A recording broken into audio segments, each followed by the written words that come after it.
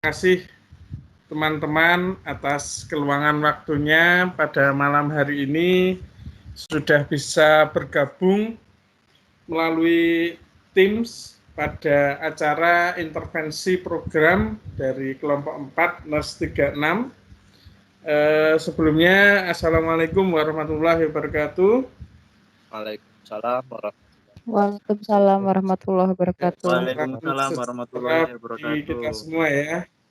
Di tengah-tengah kesibukan, teman-teman semua masih berkenan untuk meluangkan sedikit waktunya. Jadi pada acara kali ini sesuai dengan kontrak yang sudah kami utarakan tadi melalui grup WhatsApp, kami akan melakukan sharing dan diskusi mengenai rencana intervensi maupun program, yaitu kelanjutan dari apa yang sudah kita bahas pada saat MW2 kemarin, di mana dari kelompok 4 ini pada saat ini yang berkesempatan adalah saya dan juga Mas Farizal. Ini akan menyampaikan juga hasil pengkajian kemarin mengenai hasil pengkajian secara keseluruhan sudah disampaikan oleh kelompok ya pada saat MW2. Di sini bersama teman-teman kelompok kecil, responden-responden saya dan responden Mas Rizal. Di sini nanti kita akan melakukan intervensi apa yang akan kami lakukan untuk memecahkan masalah-masalah kemarin yang muncul pada saat kita bahas MWD, MW2. Mungkin Mas Rizal bisa menyampaikan hasil pengkajian terhadap responden Mas Rizal. Saya persilakan Mas Rizal. Baik, terima kasih Mas Pandu. Tentu kemarin sudah disampaikan dengan cukup jelas terkait data hasil pengkajian secara kelompok besar. Mungkin barangkali dari beberapa teman-teman ada yang timbul pertanyaan lalu bagaimana hasil dari kuesioner yang sudah teman-teman isi sebelumnya. Di sini ya, next Mas Pandu. Untuk saya sampaikan hasil dari responden yang sudah kami himpun. Di sini ada Mas Diki, Mas Susdanarto, dan Mas Abdul Hasan. Mana panjenengan semua merupakan responden dari saya. Ini untuk hasil skor HARS, skala kecemasan HARS. Ini dilihat dari grafik. Mas Diki memiliki skor 17, yang artinya mengalami kecemasan tingkat ringan, sedangkan Mas Susdanarto dan Mas Hasan ini skornya cukup rendah di angka 3 dan 9 secara berturut-turut, sehingga disimpulkan tidak mengalami kecemasan sama sekali. Namun, bila kita lihat pada skor Fear of COVID Scale, di mana ini kecemasan terhadap pandemi COVID yang kita hadapi bersama kali ini, hasilnya menunjukkan ketiga responden, baik Mas Diki, Mas Susdanarto, dan Mas Abdul Hasan mengalami kecemasan, meskipun rentangnya agak berbeda ya. Untuk ini Mas Diki agak tinggi di angka 65,7, itu pada kategori kecemasan sedang, sedangkan Mas Susdanarto dan Mas Hasan sendiri mengalami kecemasan pada kategori yang ringan-ringan saja. Oke, next. Berikutnya ini terkait perilaku kepatuhan dalam prinsip 3M, di mana kalau kita lihat hasil dari kuesioner sudah diisi teman-teman semua, baik Mas Diki, Mas Susdanarto, dan Mas Hasan di sini memiliki poin yang relatif hampir sama, kisaran 110 hingga 120, di mana rentang nilai tersebut menunjukkan bahwa panjenengan semua tergolong pada kategori yang cukup patuh dalam penerapan protokol kesehatan 3M. Mungkin ini yang bisa saya sampaikan terkait hasil kuesioner yang saya dapatkan dari Mas Diki, Mas Susdanarto, dan Mas Hasan. Berikutnya monggo Mas Pandu responden. Ya, baik. Terima kasih Mas Farizal. Saya lanjutkan mengenai responden saya. Di sini ada Mas Bayu, Mas Joko, dan Mbak Srimpi ya. Di mana dari kuesioner Fear of COVID atau kecemasan terhadap COVID sendiri ini didapatkan satu orang responden ini tidak mengalami kecemasan, namun ada 2 responden ini yang mengalami kecemasan ringan.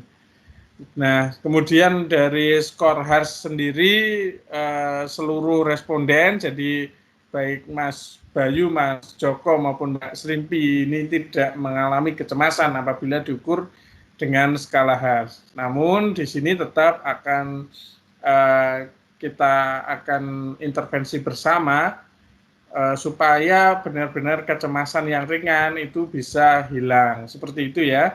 Jadi nanti diharapkan tetap berpartisipasi seperti itu.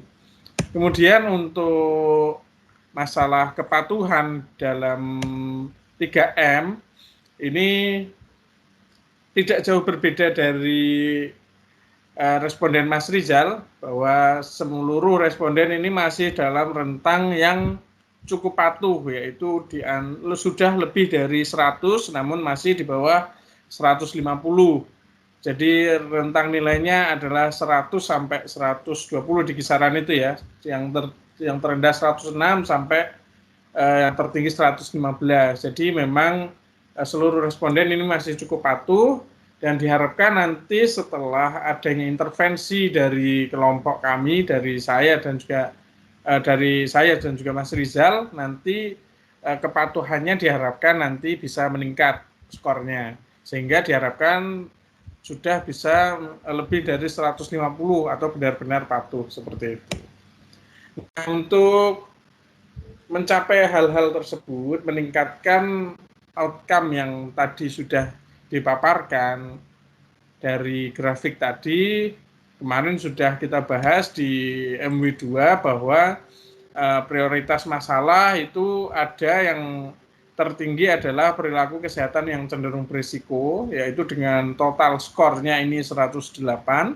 Kemudian masalah yang kedua yaitu masalah ansietas dengan total skor yang didapatkan kemarin berdasarkan musyawarah adalah 92.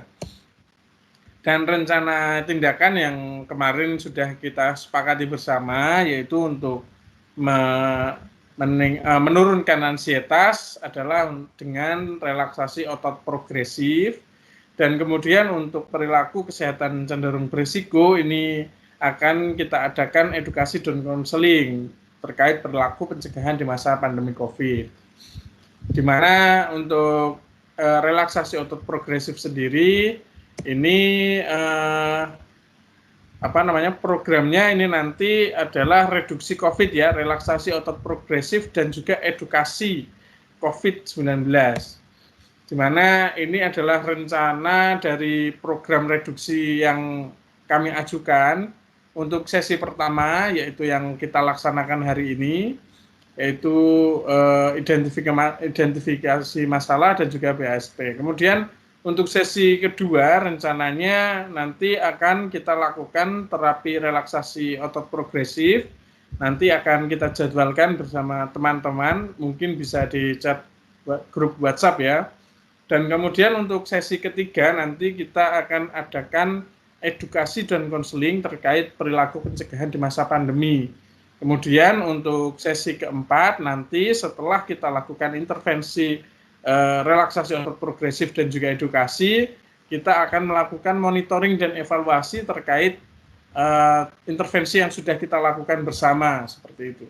Jadi apakah nanti ada penurunan kecemasan dari teman-teman semua dan juga peningkatan dari perilaku pencegahan COVID ini sendiri ya, kepatuhannya apakah meningkat seperti itu. Jadi mungkin itu saja dari kami berdua yang dapat kami sampaikan kepada teman-teman semua. Saya kira itu mungkin dari teman-teman ada yang ingin didiskusikan terkait rencana dan program kita yang sudah kami tawarkan itu tadi. Monggo silahkan. Atau Mas Rizal ingin menambahkan? Monggo teman-teman, barangkali ada yang ingin ditanyakan terkait mungkin rencana tindakan yang kita berikan. Yang tadi sudah disebutkan ya sama Mas Pandu. Okay. Untuk yang pertama tadi adalah terapi relaksasi otot progresif. Oh ya, monggo Mas Hasan.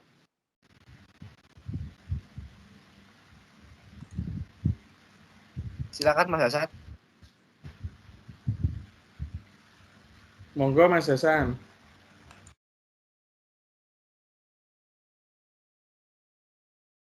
Hasan mengangkat tangan. Ada yang ingin disampaikan mungkin Mas Hasan?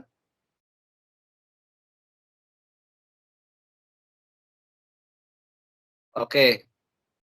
Mungkin kepencet mungkin ya. Enggak apa-apa. Ya, mungkin terpencet Mas. Ya. Tadi terkait monggo Mas Rizal. Ya, yang pertama tadi sudah disampaikan rencana akan dilakukan terapi relaksasi otot progresif itu untuk mengatasi atau mengurangi rasa kecemasan yang teman-teman semua alami. Diharapkan nanti bisa menurunkan atau bahkan mungkin menghilangkan rasa cemas terkait dengan pandemi dan sebagai hal lainnya. Ya. Dan yang tindakan yang kedua, kami merencanakan untuk adanya edukasi serta konseling terkait perilaku pencegahan penularan COVID, terutama mengenai prinsip 3M yang memang merupakan prinsip utama dalam pencegahan penularan virus COVID-19 ini. Oke, mungkin ada yang disampaikan teman-teman? Baik, mungkin kalau memang belum ada yang ingin didiskusikan. Oh, Mas Diki, monggo Mas Diki. Silahkan. Baik, terima kasih atas waktunya Mas Pandu dan Mas Rizal.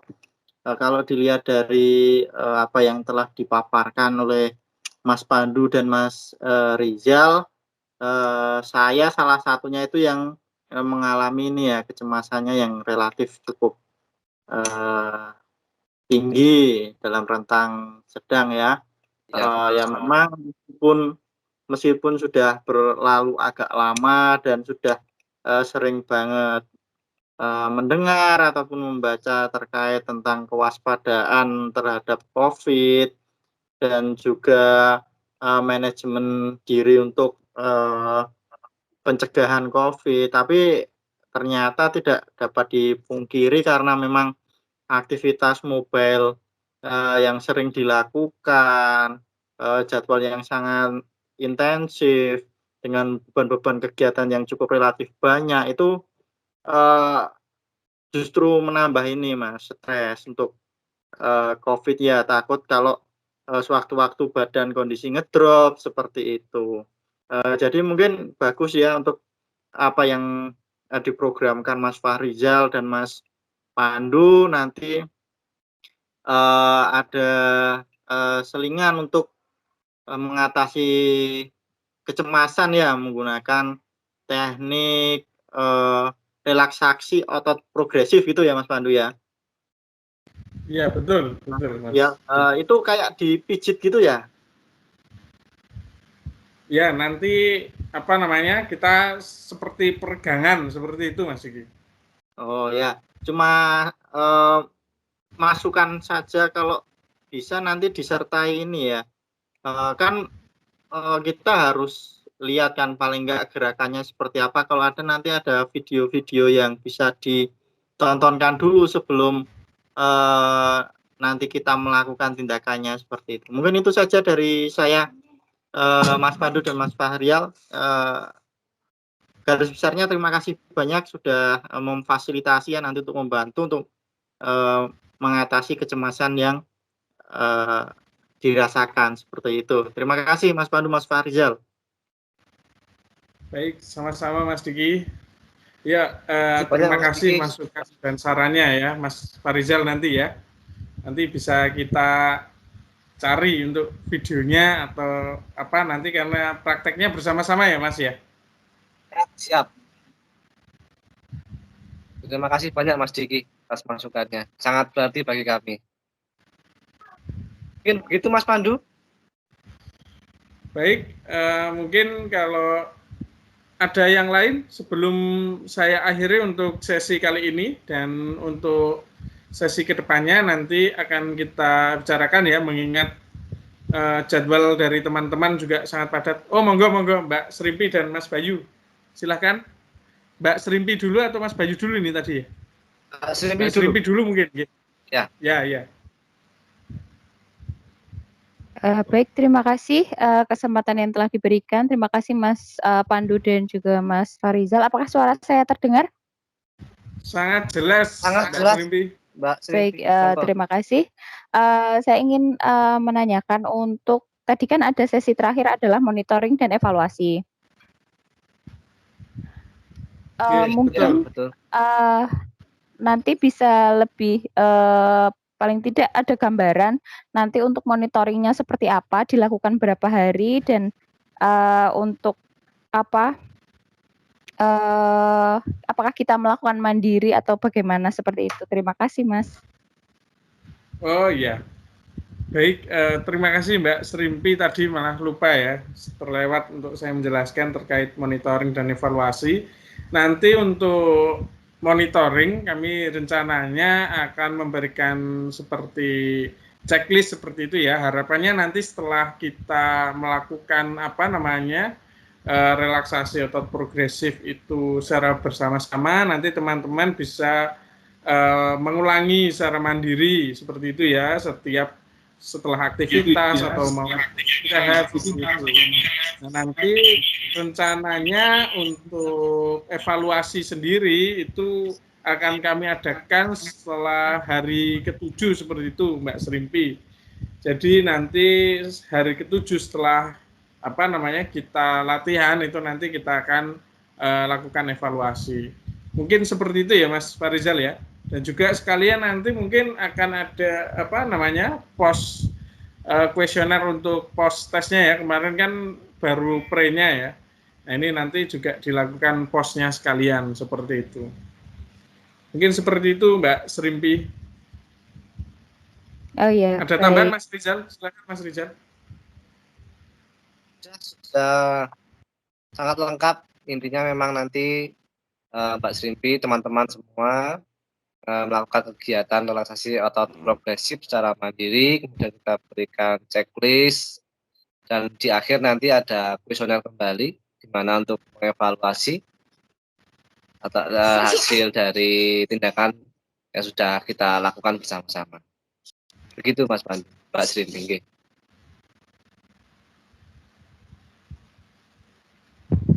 Baik, terima kasih Mas Farizal dan juga Mas Pandu.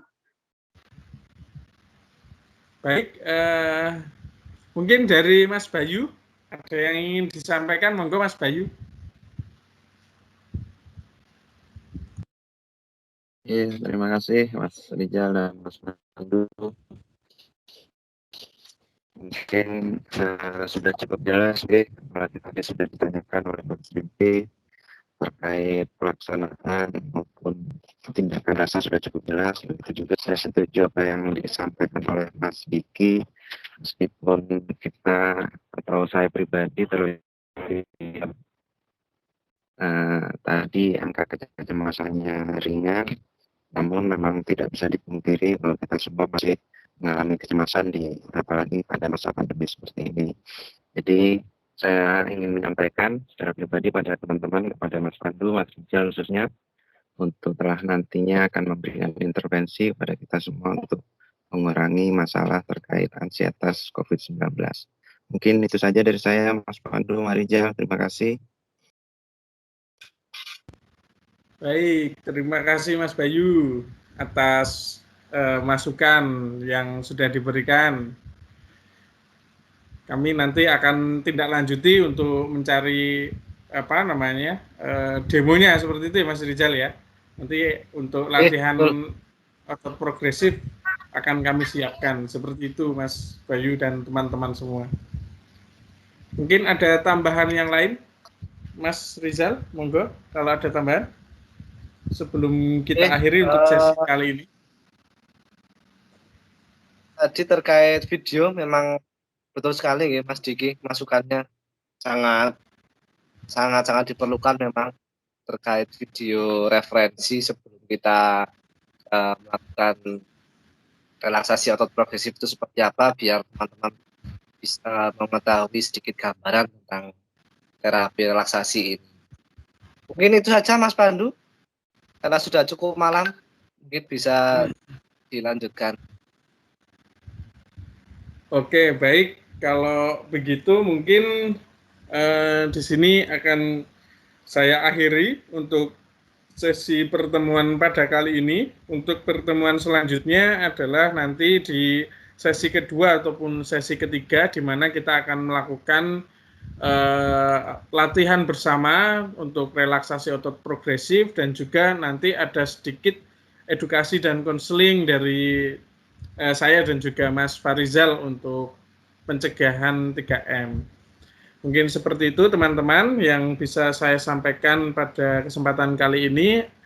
Mohon maaf apabila ada yang tidak pas. Untuk sesi kali ini saya akhiri. Wassalamualaikum warahmatullahi wabarakatuh. Oh iya, sebelumnya mungkin foto dulu Mas Farizal. Semuanya bisa.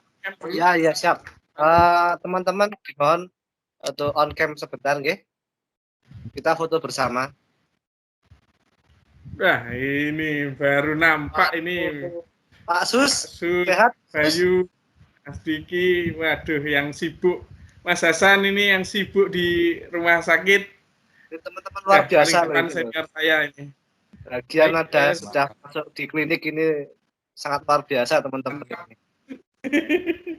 Sudah on cam semua ya. Mohon izin ya, saya screenshot sekalian ya. Mantap. Pandu sudah?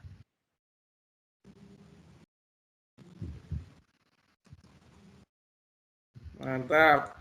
Sudah saya screenshot teman-teman. Oke. Terima kasih teman-teman semua untuk sesi pertama. Stop recording, Zal. Oh iya.